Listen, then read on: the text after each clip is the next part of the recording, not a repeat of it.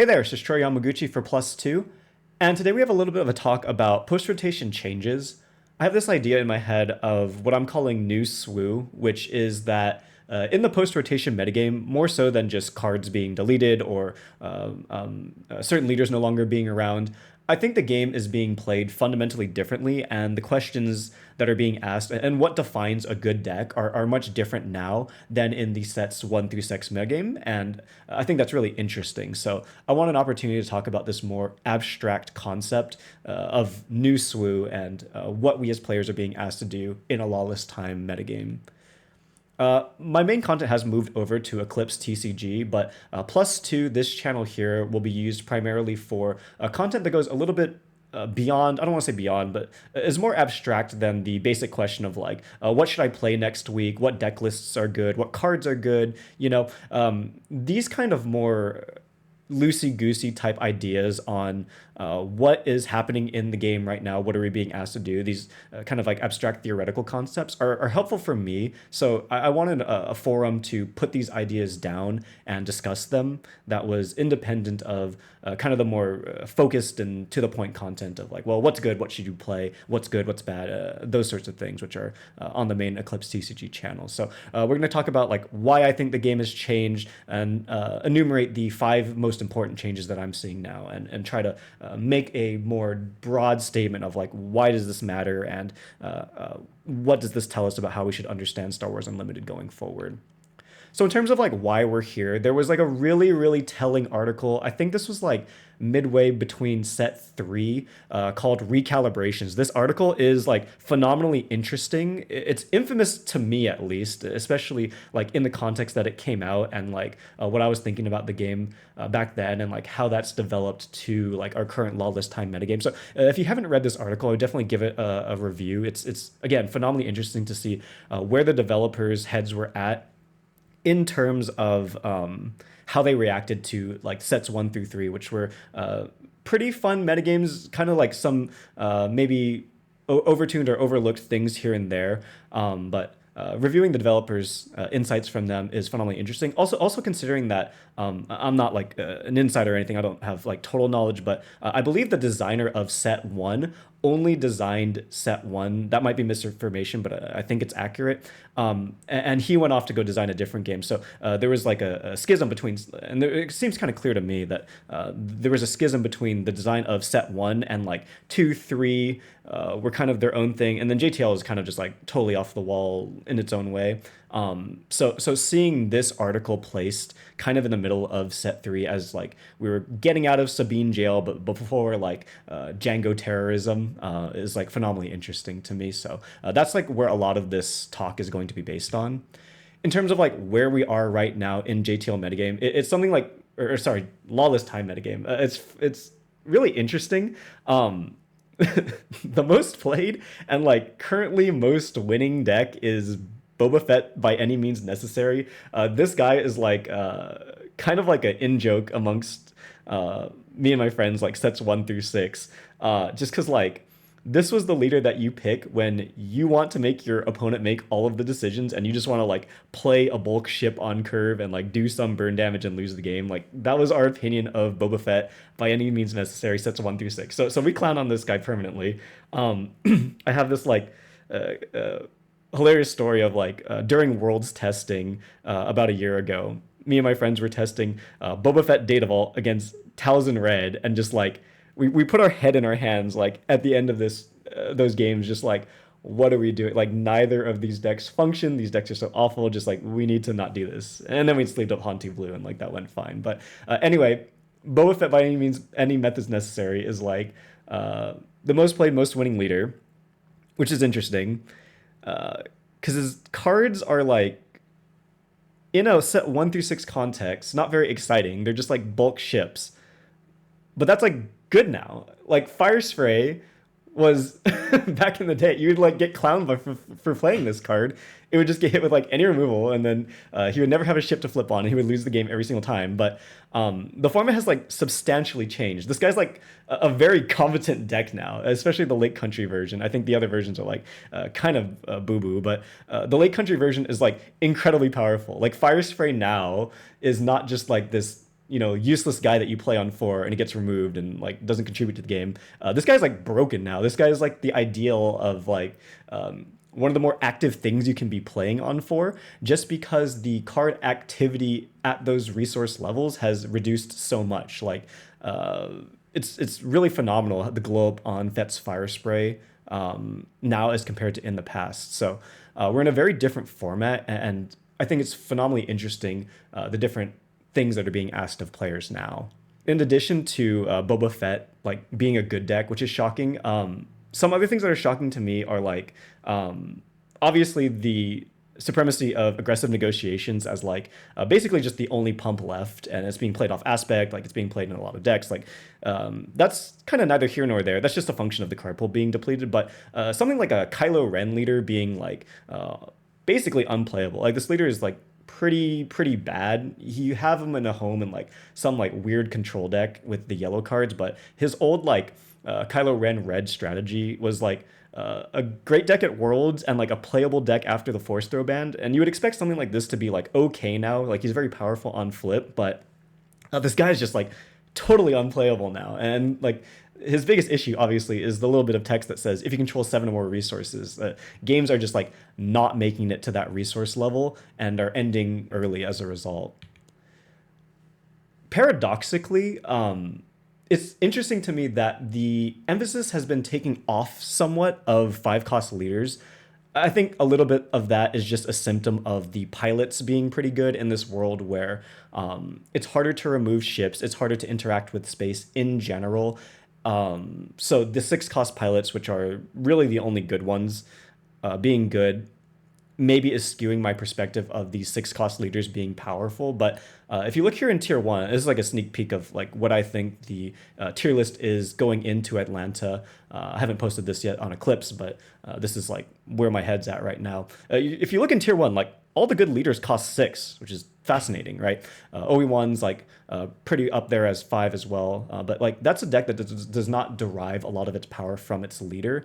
The other 5-cost leader, and even like Vel is up here as well, is like another like powerful 6-cost leader. But one new thing about a Lawless Times format, which is interesting and that needs to be remarked on, is that the 6-cost leaders are just like far more viable. In the past, like it was 5-cost leader or bust, and this was because the card activity was so much higher that if your leader flipped a turn later, so much would happen on the flip turn. This 5-cost like resource slot was full of like really powerful cards as well. If your leader cost is 6, like the chances that your board was just non-existent by the time your leader deployed and like it would just get murdered on site was just so astronomically high. Like how many times has Ray 6-cost leader deployed and just gotten like surprise striked, killed, Han ambush killed, Maul killed, just like overwhelming barrage killed, just like everything bad happened to this leader. It's like the perfect example.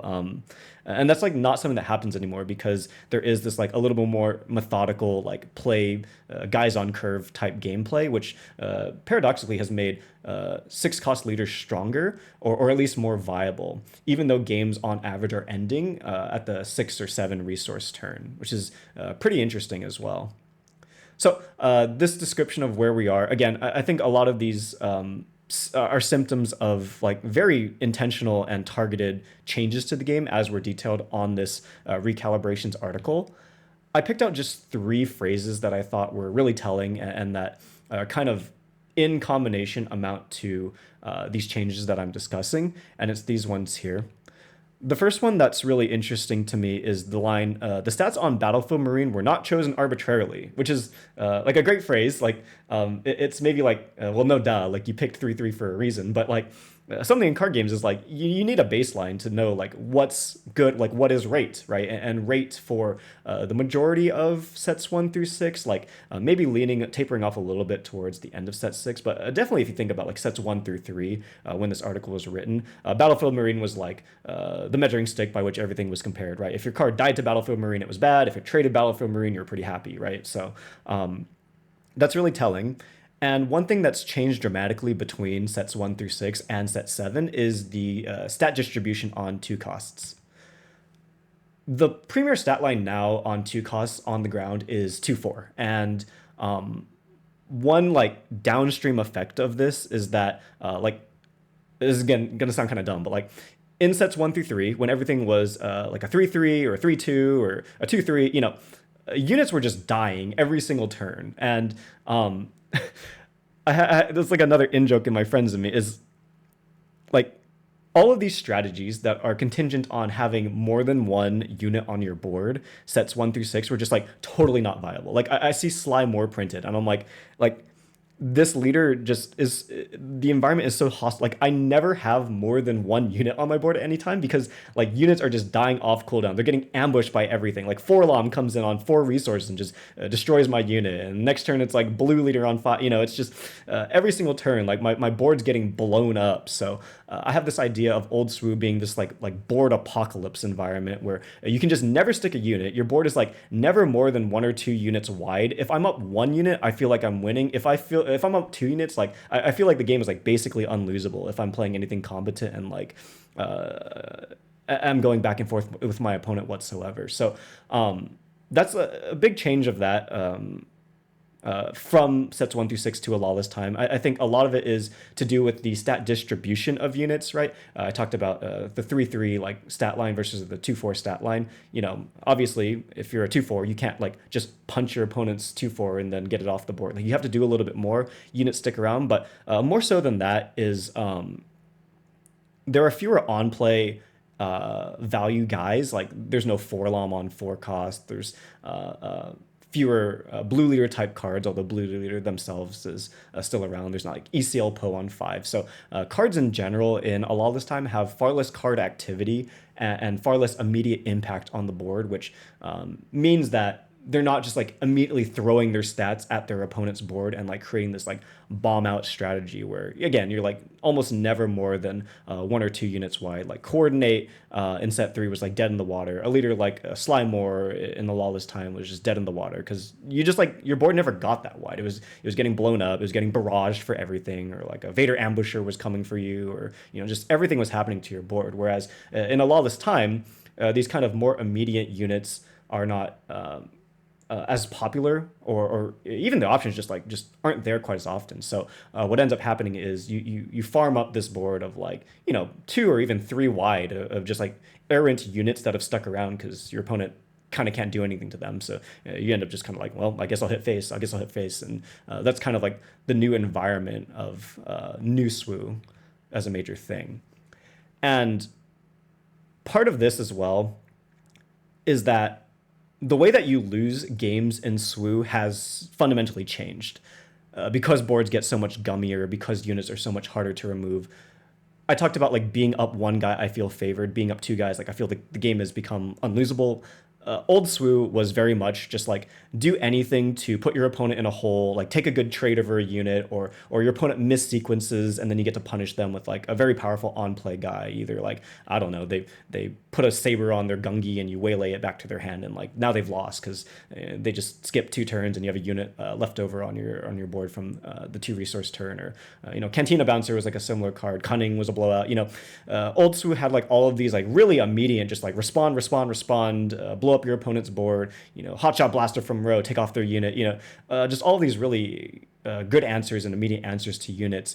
And so the way that you lost in that game was so frequently you get down 1 guy on 1 turn, you don't have a good response. Next turn, you're still kind of scrambling to get back in the game. Well, guess what's happening to you next turn? Your board's still getting blown up by whatever is in their hand, right? So you just end up in these situations where you made 1 mistake, you're down a unit, and like you just never get back in the game. You just get drowned. Your board is getting blown up every single turn, and like slowly, your base will get chipped away. Whereas New SWU, where these options are like not quite as prevalent, 1 unit will just stick around and like either get just like too big. Like a pretty frequent strategy now is just like throwing crap on top of your leader and like making your leader just giganormous because I mean there's no rivals fall. Like what are you gonna do to them? So a unit will stick around for 1 or 2 turns too many and hit your base and get too much damage in, and you'll just kind of like fall over dead as a result. And you can't rely on this kind of like smothering game plan of just like, well, I'm up a unit, so I can just like control my opponent's board until the end of time and win the game through inevitability quite as easily. So yeah, why does this matter? Smothering is less viable. In the past, I've played pretty much every matchup, like maybe even to a fault, and I think part of this is just coming from like having the most games on Han 2 blue, but I played Han 1 yellow mono the same way as well. I've just like I just want to get up a guy and then I just want to like smother my opponent, take him out of the game, make sure they can never do anything of value ever again, right? But in a lawless time, this is just like not a very viable game plan. You have to know like really when to just start jamming face, and usually it's like on 5 or on your leader turn if you're a 6-cost leader, something like that. I maybe took like 1 or 2 like smart trades early, but now everything else I'm just hitting your dome. I'm hitting your face. I'm hitting your face. I'm hitting your face. Why? Because the game ends too quickly. The game ends on 7 resources, like pretty much in every strategy. And again, your opportunities to control your opponent's board are so much less. There's not the kind of like removal spell on legs units anymore. Now it's like you have to choose between either not only like casting your removal or a unit, but just like like your resourcing decisions are a little more difficult, right? You think about pre-rotation SWU. I have my Luke Skywalker in my hand. Well, great. I don't have to keep all these other spells. Luke Skywalker will remove their unit and produce my own, right? But now it's you think about something like a Talzin. You have your Shatter Point, and then you have your big old dude. Like maybe you're playing like a Cantwell Arrestor as your top end, or a Devastator, or the Sun, right? Devastator can be removal in some cases, but it's a little more specific. But these things like aren't doing quite the same thing. And it really kind of shows. It's much harder to just keep your opponent off the board entirely. Another symptom of this is that units being sticky means that you will just have more bodies to work with. You'll end up being much wider later in the game. And this makes counting lethal actions far more important. You have to know like when you should claim to preserve your big swing, like maybe you have a 6-power unit and a 2-power unit. Do you swing your 2-power unit just to get like max damage on that turn? Or do you just like early tempo claim? Maybe they're tapped out, they don't have anything else to do. If you swing your 2-cost unit, they'll claim and do something to your 6-power unit. You have to be like a lot more judicious about being smart with your damage and knowing where to put it. There's like a kind of like a startling amount of games that I'm playing Lando, for example, and I'll have a Liberty established and like 2 or 3 other units on my board. I'm like typically down in damage by this time. So there's Liberty, there's like, I don't know, my 2-cost or 3-cost or some other like piddly little guys down there. And like it's phenomenally disturbing how often the answer is not, take all my actions, swing out with my board. It's just claim, hit them with Liberty, exhaust their biggest guy. Next turn, claim, hit them with Liberty, exhaust their biggest guy, over and over and over. Ignore like all these little guys, just because the clock doesn't change if I swing out my board entirely. Like I just need to be more judicious with my actions. Again, as opposed to the past where like I could count on swinging out my board and the cards in my hand being more active to answer my opponent's threats as they come out. Now, with units being more sticky, not only are the boards more dangerous in terms of having more guys on them that stuck around, but you have to be smarter with the way that you use them, and you have to count lethal, you have to count your clock much more tightly. And so actually, I think that's good. I do like the change from just brainlessly, just take a trade, kill their guy, to, a little bit more involved. Like, well, I need to, do 10 damage on this turn so I can do 12 damage on next turn and lethal them, something like that. So I think this is actually a good change. The gummy boards might be a little bit frustrating at first. We're just like, oh, I just died to like some big idiot, ag-negging my face. But when you kind of are both embracing this, like, I'm just going to hit your face type idea, it makes games tight, and it makes them exciting in that that the game there's no surprise that the game is ending on 7 resources or 6 resources. So whoever like prepared better to get themselves in that position on the last turn is the one that's going to win. So I actually enjoy that, even though like naturally the style of gameplay that I've liked in the past is just like to smother them and like never let them back in the game type plan. So the next thing that stood out to me is their comment on bases and their effect that bases were having on game length.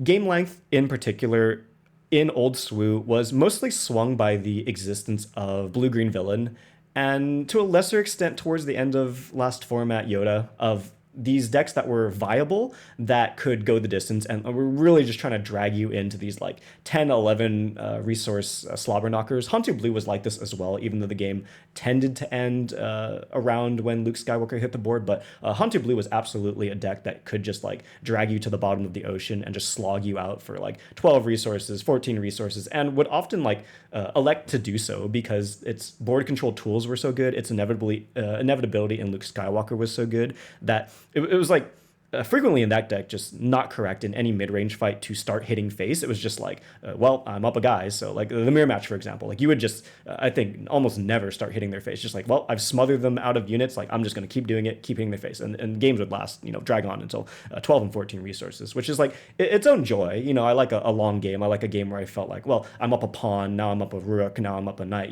where you feel like you took incremental advantage. But in their article, in this like repositioning article, there was a very like expressed, I don't want to say disdain, that's like too powerful, but like a desire to move away from these games that were taking in their minds too long. Like there's a goal of like, we want games to be of a specific length and we want them to end on a specific turn and we want them to look a certain way, as opposed to like an Iden Versio control strategy, just like power until you eventually quit the game out of boredom, and that's reasonable. In addition to these decks like Blue-Green Villain, and I talked a little bit about Han too, that were trying to slog out the game, there was also like kind of like face hunter type decks like Sabine, although Sabine was like, I'm going to extol this until the day I die. That deck was a tempo deck, but it doesn't really matter. There were these viable like early flip leaders that were trying to kill you by 6 resources or sometimes even 5 resources if like the game went really poorly for you. And again, in that article, they expressed a desire to like not have that. I also think that these like kind of like early aggro scams somehow were better pre-rotation, which is weird because the game has become more aggressive and the board control tools are weaker, but like the early flip leaders are just like so junky, Kazuda is not very good, or Von Reg is like junk, it's like surprising to me, whereas like before, maybe it just as a symptom of like more decks wanting to play a little bit of a longer game, these like early flip leader like aggro scams at least were always something that you were a little bit afraid of. Now it's, I think, maybe because I've built pretty much all my decks to slant aggressively, those decks are just like not quite as scary anymore, and also I don't even know if their clock is that much faster than the aggressive decks that are represented in a lawless time. So anyway, all this to say that the game length in Old SWU had a lot of variance between it, mostly as a symptom of the types of decks that were being played, whereas New SWU almost like entirely has been compressed into this like die on 6 resources or 7 resources type gameplay. I have this on screen, like Luke average turn 6, Obi-Wan average turn 7, Boba Fett average turn 6, Tobias average turn 6. Like it's very, very noticeable how I guess more the elimination of any like tall attrition deck that's trying to go the distance, with the exception of Orsing red control and like Kylo Ren yellow control. But like these decks are pretty fringe and in my opinion like not super great. So just the elimination of like the tall greedy Palpatine, Blue-Green Villain, and even like a Hantu Blue is very noticeable in terms of like the overall effect on like how long a game of SWU is taking in terms of turns. What this means is that because games last just 7 turns, sorry, I had a thing here on the average and standard deviation. It was like whatever math. The point of that was the average turn length was actually lower pre-rotation. It was like, I don't know, 6.2 or something. I took the SWU stats of like all of the decks and like when they won, and I took the standard deviation between these. It was like kind of junky math anyway, and it didn't account for the games being played in each strategy. But the upshot of that was Old SWU was actually faster on average. I think average turn was like 6.1 or something, and now it's shading closer to 6.4 turns or something like that. But the standard deviation, and like this is like it was just like supposed to be like I don't know. Here's some math to show to prove like what I'm saying is correct. But what I'm saying is always correct because it's my channel. It's my biased information.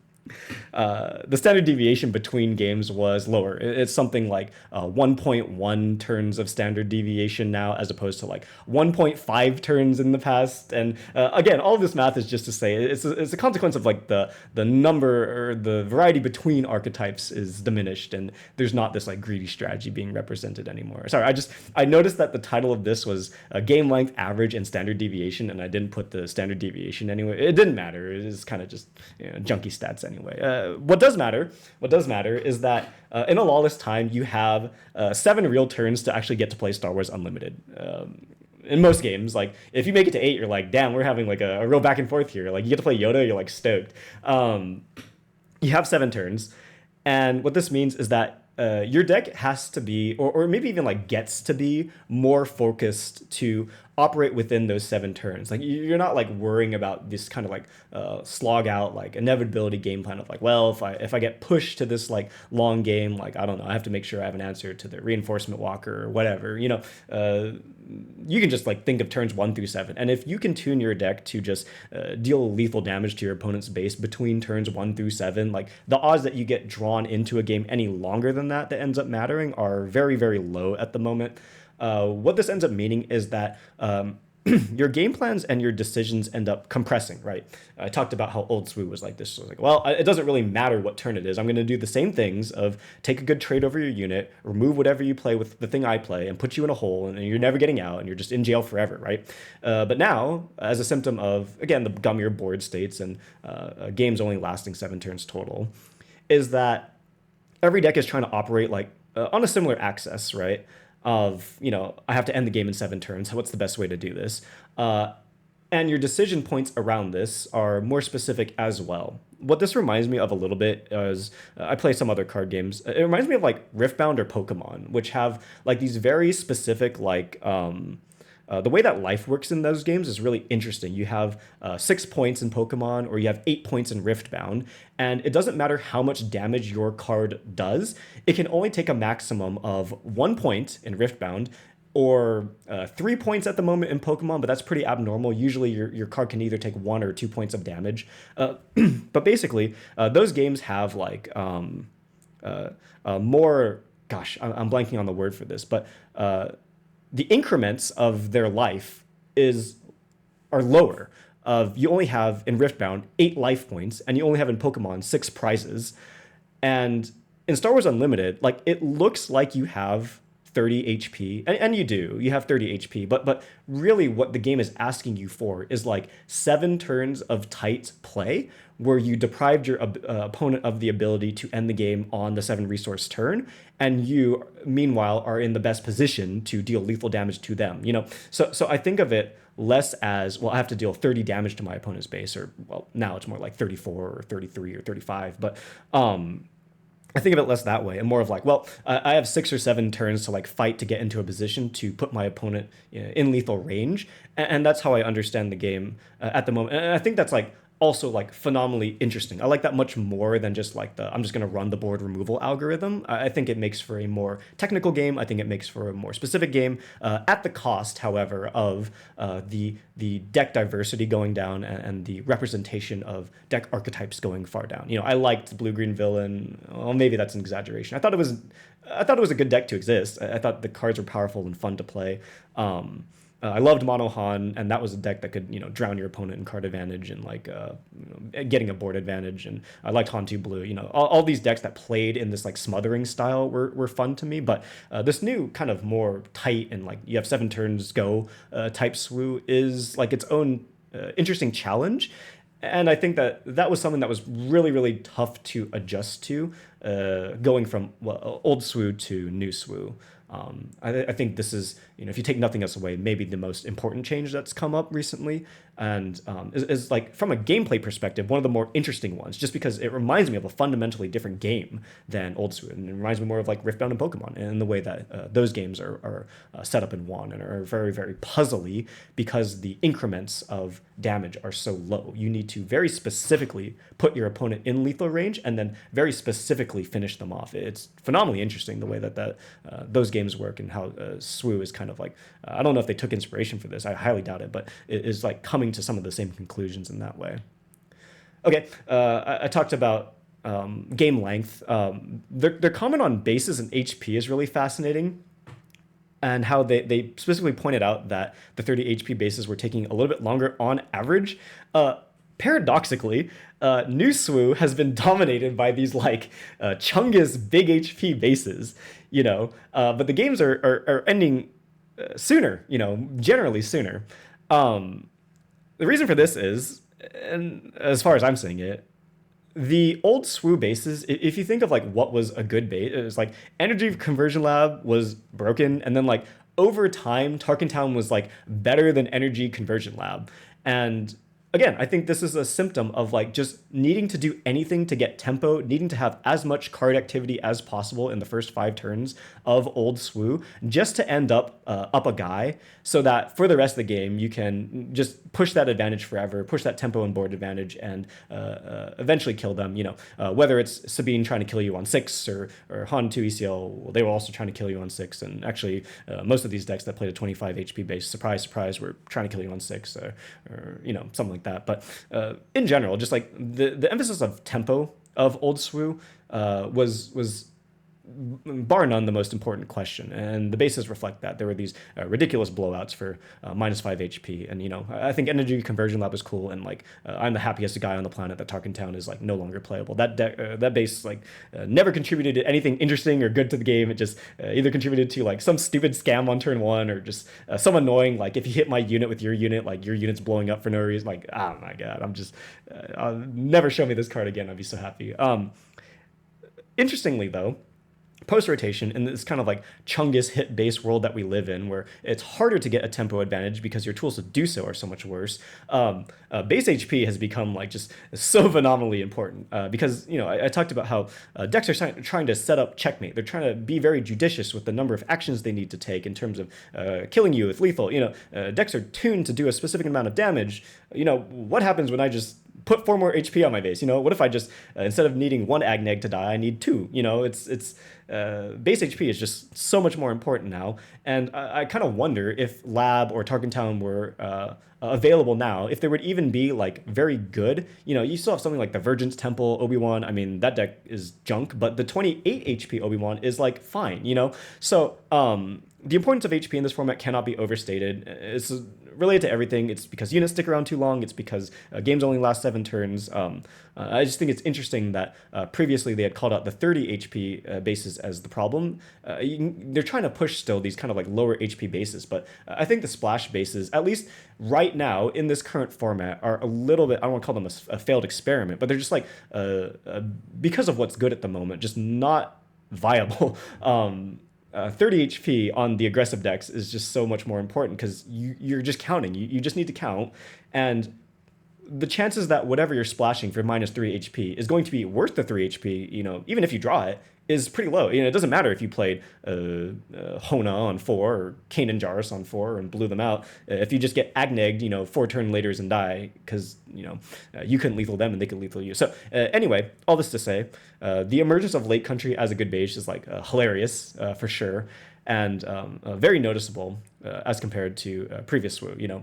We make the joke that, if I start Lake Country and you start Virgin Temple, like, dang, dude, like, it's like I hit you with Devastator before the game began. Like, that's crazy. Like, what do you mean you have 25 HP? Who did that to you, dude?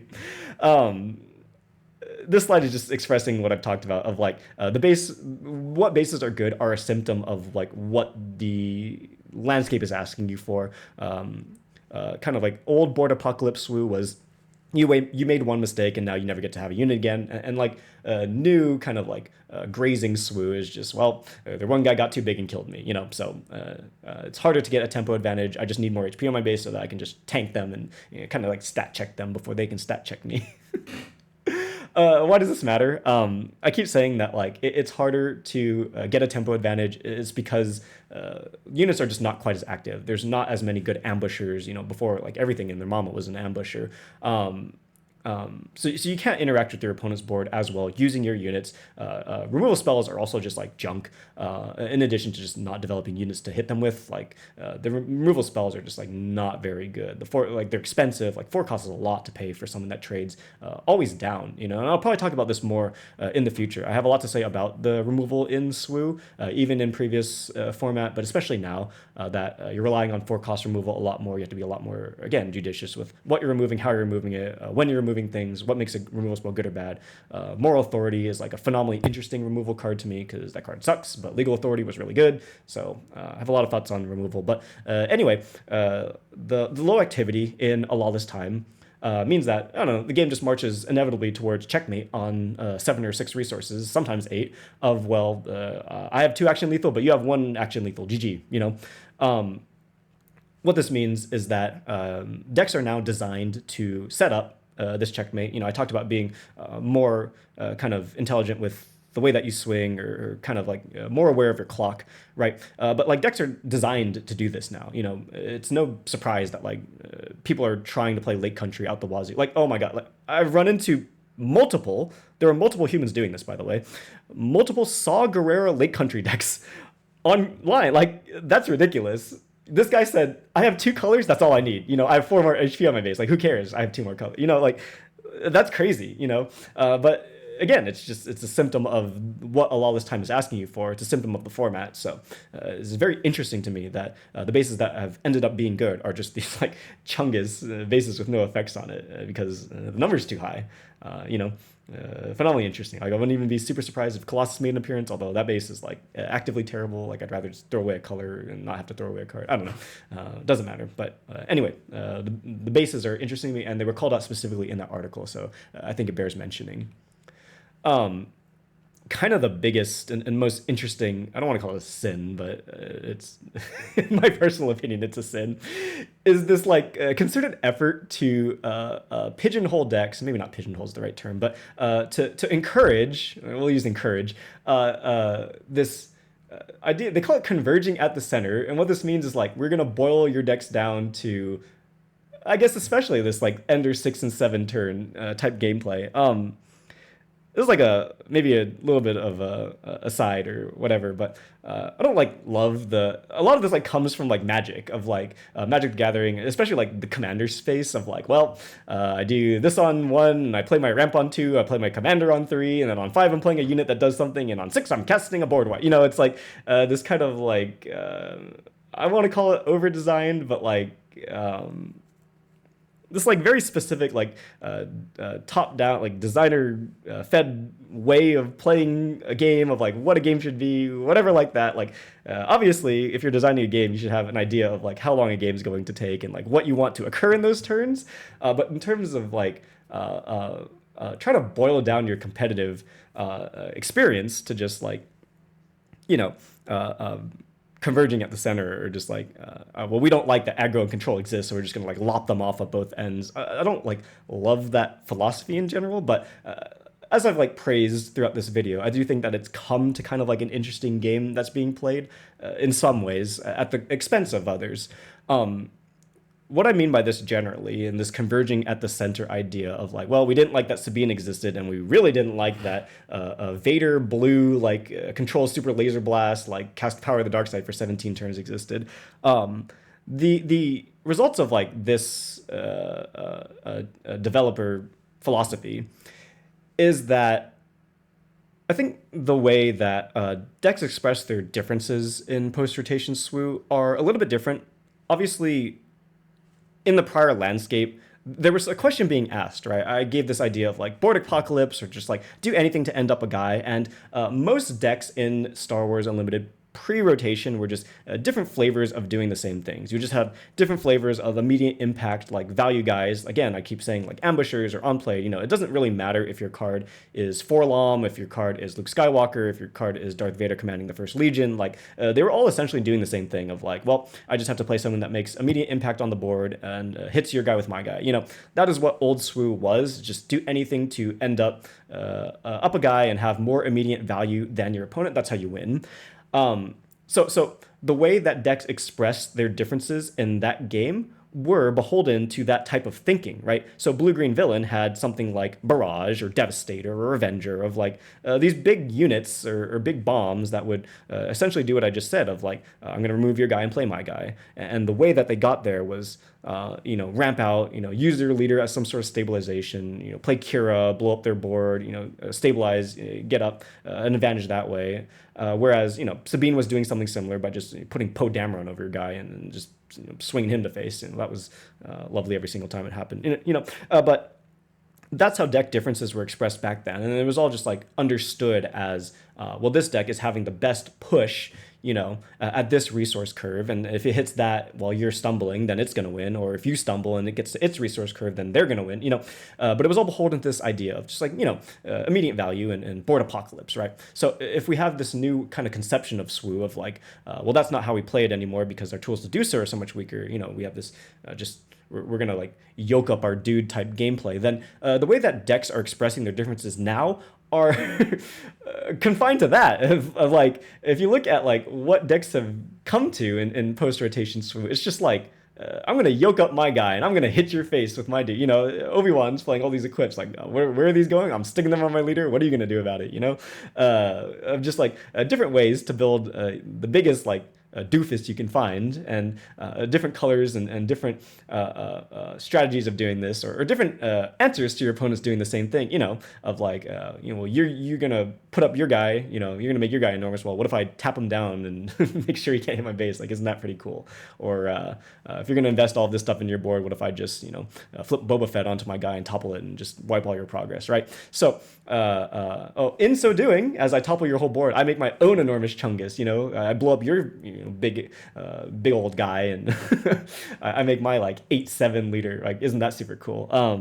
So anyway, the way that decks express their differences now, again, it is just beholden to a different idea.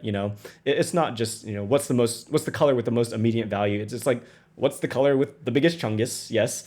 But like, what's the color also with the best ability to interact with their opponent's Chungus? And in a world where interaction is like fairly limited, you think of the Boba Fett stuff, like not only is their leader broken, but like Blastomech BTO1 is like a crazy card. They have good removal, like Charged with Treason does like incidental burn damage in the deck, or collateral damage, the same thing. It's like one of the few 2-for-1s as well. IG 2000 is like a broken card. So not only is this deck making an enormous Chungus, but it's like one of the few decks that can chip away at their opponent doing the same thing. Of course, Red has upgrade removal. So just different questions being asked and different things making decks good at the moment. What does this mean? Again, we're coming back to the turn compression, right? Decks are not defined so much anymore by like what turn they're trying to win, because decks have been essentially shoehorned into this idea of winning on 6 or 7 or 8. Again, if you play Yoda, you're like stoked. You're like, well, I get to play my card this game instead of just resourcing him as I do usually. Because turns are compressed, decks are not defined by just like, well, I win on 11 instead of 6. It's just, I get to this kind of checkmate game state in a slightly different way, and again, it's just a different expression of deck identity. I think in general, I prefer when decks try to win at different times. I think it's interesting when decks try to win in different ways from one another, but there's no like a real reason for that. It's just, that's how most other games are played, but this kind of new world of like, well, we're all just kind of like racing towards the singularity of like when we both expect the game to end. I think that's kind of interesting as well. I liked Sabine mirrors a little bit. Like, it's not as though they were the most technical or skillful things, but they're always exciting of just like, well, I'm praying to God my opponent doesn't have Rebel Assault because I do, or something like that. That's essentially like what the game is asking you for right now, and kind of like your ability to navigate that, or I guess for some people just like even accept that, or I don't know, find a way around it. Like I'm all for like if someone finds like the broken deck that subverts all of these expectations, but just the way that I understand the game right now, it's conforming to this far more often than not. Is kind of the world that we live in at the moment. The dark side of this, a little bit less, I don't want to say redeemable, but like a little bit more of an issue, is that certain decks are just like really not viable right now. Again, and this is a function of answers being worse, but like Krennic is junk. Kylo Ren is junk. Like these leaders are just not very, very good whatsoever. Like they can win. Like I'm not saying like a Krennic can never, ever, ever win, but like in a competitive landscape, decks that do not conform to this style and as a result of their limited card pool, do not have anything to operate on this axis are really, really stuck. But I think this is like maybe not so different. Pre-rotation had that as well of just like, I don't know, if you're playing the 4/5 Kanan Jarrus on 4, like you're losing because you played a junky card and I played a good card. So it's just like a different symptom of the same thing. And I think whereas before, like maybe you could have like the illusion of being in the game. Now it's like very, very obvious when your deck is just like falling over dead every single time. So certain decks floundering or certain decks not having tools, like nothing new under the sun. I just think now it's a little bit more pronounced, and certain players who like are anchored to certain strategies might find that a little bit more frustrating. I want to take a little bit something important of old SWU. When I talk about like decks not having tools or decks not having card activity, is that because you lost so often through attrition, the game would be lost like 3 or 4 turns before your base actually exploded. And that was like something that I feel like a lot of new players like kind of struggled to identify a lot of the time of like, they're like, oh, you drew Luke Skywalker, you got so lucky. You're like, ooh, you get Anakin. Like, well, number one, like, I have a bunch of cards in my hand. Like, what do you think these are? But number two, like, no.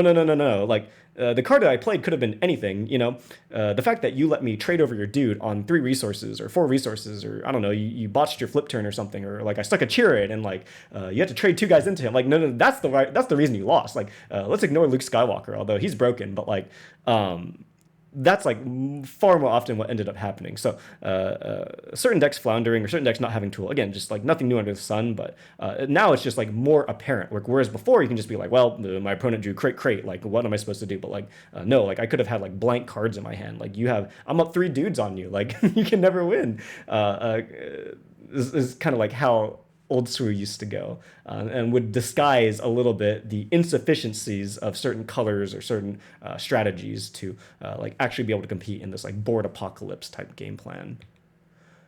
Going into the final one,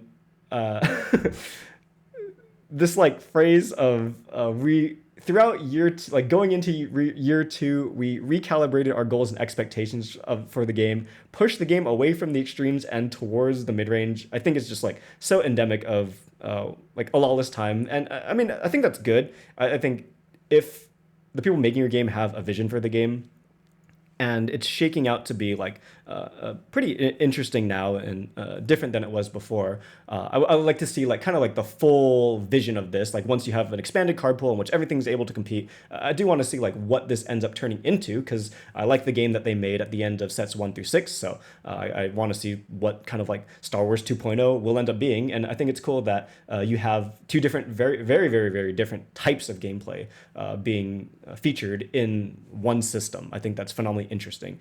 So going into the last one here, I want to highlight, this is like probably the most important comment that they've made. And thinking about the future of the card pool and, what made cards good, what made decks good. Again, I've tried to establish this framework of old SWU versus new SWU, whereas old SWU, you could win through attrition. And a big part of that was just the basic existence, not only of very like powerful on-play guys like Darth Vader commanding the First Legion, but inevitability cards. And that's something that is pretty much completely missing right now. Inevitability cards are just like Luke Skywalker is like obviously the best one, because not only is he conforming to everything that made old SWU powerful, being a very good like on-play like active unit, but just his restore meant that if Luke Skywalker ever untapped, just like, God, you were never winning the race ever. Like, this guy is a 9 damage swing. I make the joke that, like, Hona is like Luke Skywalker at home, but that's because he is, the 3/5 Raid 2, Restore 2 Piggy is, like, most of what made Luke Skywalker good, minus the best part about Luke Skywalker, which was his on-play ability. But, like, there just isn't anything fulfilling that role of Luke, or even something like a reinforcement walker of like, okay, I've kind of played through your board, and now I'm just going to stick this guy here, and when he untaps, you're going to lose because I'm going to put myself so far ahead that you can just never come back in the game, right? That's what made an old SWU card good. That's what made old SWU card broken. And playing to situate yourself to where you could play that guy and eventually just march him at your opponent's face and like put it in such a way that so like for Luke, for example, if I Luke your big guy and you have no units on the board, it doesn't matter if you felled the dragon him, right? You still have no units on your board. I still have whatever's left over on mine. You're still behind. You're still losing. You know, situating yourself that way is what made Luke good in the past and was like the definition of like an old SWU broken card. So now looking forward, if we have this new idea of new SWU of just like, I'm going to make the biggest Chungus and juice him up and pump him to base and deal 14 damage in one swing, right? What does this mean for the decks that we pick? How do we situate ourselves to be in a good position with them?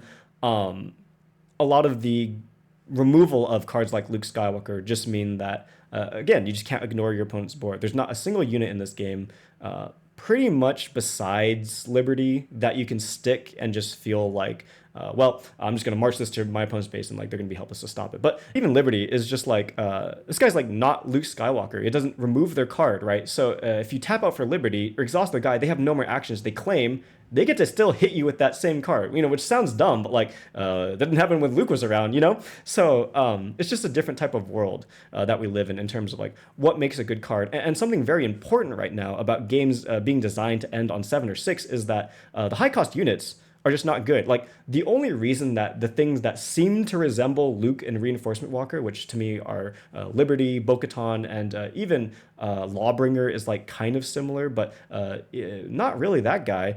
The reason that like Liberty and Bo-Katan are so powerful is like these are not 8 or 9 cost unit. These are like 6 cost units. They're being played on 6 because the only deck that plays these types of big units is Lando, and he's cheating them out on 6, you know.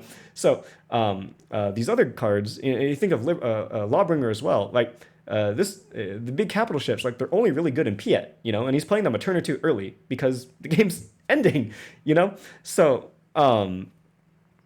in terms of like situating yourselves to make these bombs playable, I think that much has changed. You're taking too much damage early. The game is stated to end on 6 or 7. So the ability to situate yourself such that your bombs can actually contribute to the game. You know, I've made the joke of Yoda like a couple times earlier in this talk of like Yoda is not Liberty, right? Because he is an actual 8 cost. You were actually attempting to play this guy on 8, right? So what he is he's not something that's helping you in this kind of like 6 or 7 resource turn type gameplay. He is just the punish for like your opponent wasn't able to accomplish their game plan of killing you on 6 and 7, and so now they get punished because, well, you get to play Yoda, heal 5, blow up their dude, and like this guy's probably sticking around because like I don't know, how are you gonna kill Yoda? He's invincible. He's Yoda. He's broken. The way that Yoda operates is less than the Luke Skywalker of being able to impact the board and stabilize. Just more okay, well, the game has gone on too long. Okay, it ends now. It's like a different type of inevitability, right? Luke was still going back and forth, you know, in the turns where the game was solved. Yoda is more of like, you've passed your time window. Bang, here's Yoda, you know, perish. Is like an interesting thing. And Yoda does not claw you out of games that you're losing because the games that you're losing are ending before you can cast him. Or your board is, I don't know, non-existent and his text isn't quite as powerful. So in terms of thinking about the card pool going forward and what makes a good card, I think this has really, really changed. And I think that we will continue to probably see a shift away from the Luke Skywalker or even Darth Vader type cards of very, very strong on-play guys if they want to preserve this environment that they've created of specific timings that games are ending. Because when you start having too many of these like impactful on-play guys, it's when it becomes too difficult to end the game and your clock becomes much more variable. So what this means in terms for us as players, evaluating the format, just play new SWU, don't try to play old SWU, and try to find out where you're best situated in terms of what you enjoy about the game or what you find fun and interesting. You know, just because the game is ending on a schedule more often doesn't mean that we have to throw up our hands and say like, well, the decks that I like aren't playable. There still is a interesting way to operate within those turns, and I think it's our job as players to find the one that suits us best or is the best position in the metagame at the moment with this kind of like way of thinking. Very importantly as well, the lack of removal stapled to bodies, and just again the general like low power and high cost of event-based removal in this game makes the races tighter. I said that we're likely to move away from the Darth Vader commanding the First Legion type cards, just because it kind of makes the race a little more loosey-goosey when like I can't rely on anything untapping, whereas now I'm pretty certain that this guy's here and he's probably going to be here next turn. So in terms of the way that you think about the game and prepare your decks, just be prepared to have these more crowded board states and have a better idea of how you're directing your cards than your opponent. You have to make interesting decisions like, do I strap up my guy and lose to Shatterpoint, or do I hold off on this even though it's less damage in the long run? Constructed Saber, right? On 4 resources. Am I supposed to Constructed Saber my Sentinel because it makes him bigger so he doesn't get swung over? Oh gosh, now I get blown out by Shatterpoint, but if this untaps, I get, so much value out of it. I get to use the 2 power and the 2 restore right away, interesting questions like that. So it's a different format we live in. There's different plays that are much more viable now than have been in the past. So I think that this is good, interesting, and remains to be seen, and will probably extend into the next set if I had to guess, just based on the rhetoric that I've been taking in. Okay, so that was long and a little bit meandering, but here's the list of the 5 things that I think are most different about new SWU as compared to old SWU. Number 1, probably most importantly, this is kind of the one that has the downstream effects for everything else, is that you have gummy boards. 2/4 is the premier stat line, and there's very little removal on legs. The activity of your units is far lower. Things have to actually untap and deal unit combat if you want to get things off the board, and it's far more difficult to actually clean trade things in this current format. So boards get gummier, it's harder to interact with units, and therefore life totals go down even faster. Result of that, game length is often constricted to 6 or 7 turns, pretty much regardless of leader-based pair. It doesn't matter if you have 25 HP or 34 HP, you're still pretty much trying to kill your opponent on the same timeline. And if you're not, you're probably losing on that same timeline. It's pretty specific on what games are asking you to do. And this, as a result, creates these checkmate type game states of like, well, I have 2 action lethal, but you have 1 action lethal, GG. Or I have 2 action lethal, but you have also 2 action lethal. Oh, but you have aggressive negotiations, GG.